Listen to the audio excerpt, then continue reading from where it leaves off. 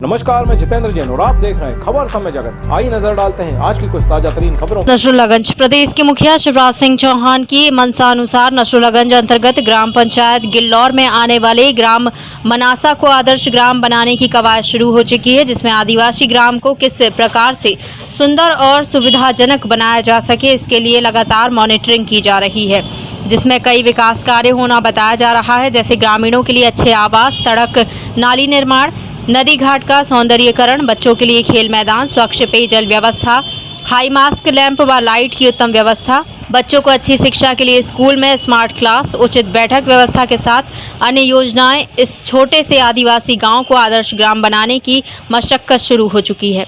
वहीं ग्रामीणों ने मुख्यमंत्री का आभार व्यक्त करते हुए अपनी खुशी जाहिर की। वहीं देखा जाए तो मुख्यमंत्री शिवराज सिंह चौहान के सपनों का गांव को आदर्श गांव बनाने अधिकारियों में भी काफी लगन देखी जा रही है। अब देखने वाली बात यह है कि इस गांव को आदर्श गांव बनाने में प्रशासन कहां तक सफल हो पाता है या सिर्फ मुख्यमंत्री की घोषणा नाम मात्र की ही घोषणा रह जाएगी।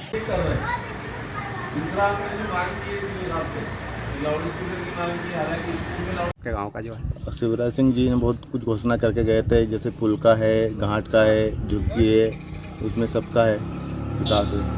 हाँ, आधा काम चालू हुआ, आधा रहेगा। कितने 85 के 85 मकान है पूरे। अच्छा जी 3 वोट कांग्रेस को गए थे, बाकी पूरे मनासे पोलिंग पूरी बीजेपी। कितनी पोल? ग्राम पंचायत गिल्लौर लगता है, पर गिल्लौर से हमने यहीं पे लिया था। अच्छा। आदर्श शब्द से ही ये जानता हूँ कि सब चीज़ आदर्श में ही होंगे, अच्छे होंगे, मतलब जी ऐसी सोच है और साफ जो करेंगे वो अति उत्तम है। क्या कारण है कि इस गांव को आदर्श गांव बनाया गया है?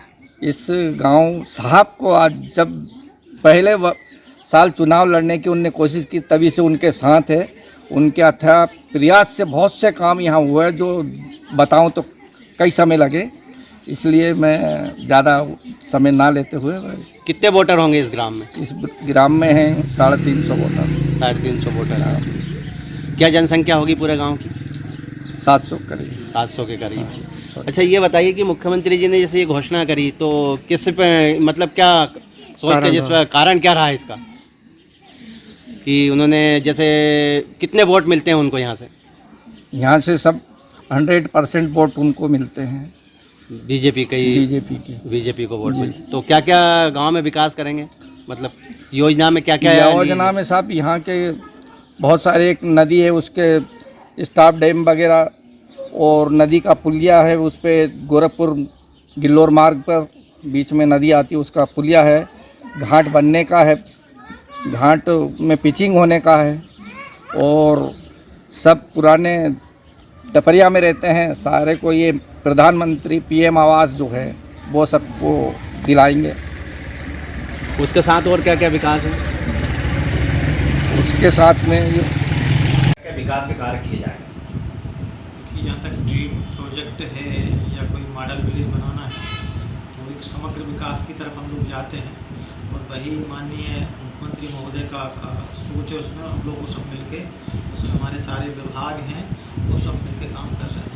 और वो यदि कहें कि एक ग्रामीण विकास या शिक्षा या स्वास्थ्य, तो ऐसा नहीं, सारा विभाग अलग अलग अपना दायित्व शुरू किए हैं, और वो तो कुछ दिनों में आप लोगों को दिखेगा कि उसमें एक मॉडल विलेज या अच्छे गांव की दिशा में वो गांव व्यवस्थित हम लोग को नजर आएगा। नहीं तो जनपद अंतर्गत क्या क्या काम होना वहाँ पे?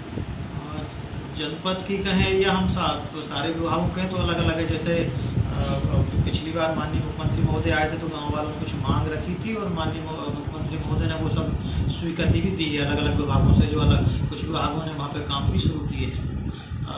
जैसे हमारा एक घाट वाला प्लान है तो घाट वाला एक अलग विभाग कर रहा है। दूसरा कुछ रोड की बात है तो हम लोग जनपद पंचायत और ग्राम पंचायत से कर रहे हैं। अभी बीच में कलेक्टर महोदय, कार्यपालन अधिकारी महोदय, उन्होंने विजिट किया और अलग अलग विभागों को निर्देश दिए हैं, तो कुछ दिनों में आपको वो भी दिखेंगे। जनपद पंचायत से जहाँ तक है तो एक सबसे बड़ा हमारा सोच ये है कि सबके घरों में शौचालय बन जाए। तो बाकी शौचालय बने, लेकिन कुछ परिवार छूट गए हैं, जो नवीन परिवार बने तो उनके शौचालय बनवाना है। फिर बात आती है कि गांव स्वच्छ हो तो उसके लिए नाली का निर्माण हम लोग करवा रहे हैं, फिर सीसी रोड हमारा होगा। इसी तरह यदि हम बात करते हैं तो स्कूल में जो हमारे बाकी व्यवस्था इंफ्रास्ट्रक्चर उस पर हम लोग काम करेंगे, और स्कूल शिक्षा विभाग वहाँ से कुछ फंडिंग लोगों को दे रहा है।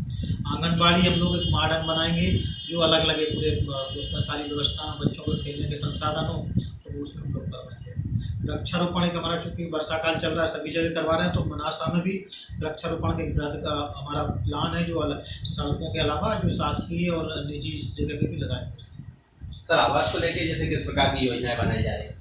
माननीय मुख्यमंत्री महोदय जब मनासा विजिट किए थे तो उन्होंने कहा था कि जो परिवार जिनके पास आवास नहीं है, मकान नहीं है, उन सबके लिए स्वीकृत करेंगे। तो माननीय मुख्यमंत्री महोदय की तरफ से जो घोषणा थी वो स्वीकृत हो गई और आज की तारीख में 81 हमारे आवास जिनके बनना था वो स्वीकृत है और कुछ दिनों में वो बनना भी शुरू हो जाएंगे, हमें राशि भी उपलब्ध होगी।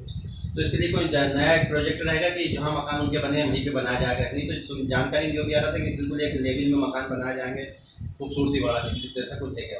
देखिए प्रयास ये होता है कि नई कोई कॉलोनी बनती है तो उसको नए सिरे से हम बना सकते हैं, लेकिन गांव में जिस तरह का ज़मीन है तो उसे साथ प्रयास करेंगे कि एक सिरे से वहाँ पे रोड बन जाए, नाली बन जाए और उसी से लगे हुए हमारे सारे के सारे मकान बन जाए। नदी को लेकर जैसे सर स्वरूप चेंज करने का भी जैसे लगा कि उसमें घाट बनाया जाएगी, महिलाओं के लिए अलग रहेगा, पुरुष के लिए अलग रहेगा, तो ऐसा कुछ है?